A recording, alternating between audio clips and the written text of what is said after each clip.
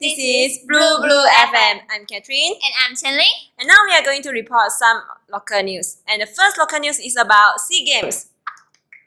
The Kuala Lumpur SEA Games 2017 drew to a close with a jubilant Malaysia emerging as the overall champion with their best ever outing at the biennial event with 145 gold, 92 silver and 86 bronze medals. The National Stadium in Bukit Jalil was filled to the brim for the closing ceremony because many did not want to miss out Malaysia's historic feat.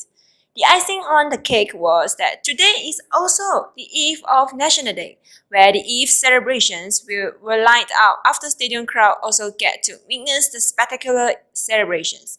Joining Prime Minister Datuk Sri Najib Tun Razak at the National Stadium tonight for the closing ceremony were athletes and officials from 11 countries who took part in the sporting extravaganza which began on August 19. The 30th edition of the Games will be hosted by the Philippines in 2019. Let's move on to the next local news. The next local news is also happening in Kuala Lumpur. A video clip of an incensed woman threatening a municipal council officer with a steering lock has gone viral on social media. It is believed the shouting match erupted after the officer claimed her car for parking illegally in front of a restaurant. The woman was heard repeatedly shouting "Apa salah saya," which means "What is my offense?", claiming that she was buying a meal for a disabled person. The officer, clad in a Subang Jaya Municipal Council vest, calmly explained that she had parked in a wrong spot. Despite the explanation, the woman continued with her angry tirade while waving the steering lock at the officer. This video, posted by Public News on Facebook yesterday afternoon, garnered over 326,000 views and 7,400 shares. Netizens berated the woman's unruly behavior. A Facebook user, Amy Chong SY, commented that helping a disabled person was not an excuse to park illegally. Others praised the officer for remaining calm despite being provoked. Now, let's focus on international news. This happens in Kelungkong, Indonesia. Nearly 35,000 people have been evacuated from near a volcano on the Indonesian holiday island of Bali that officials say is becoming more active and could erupt soon.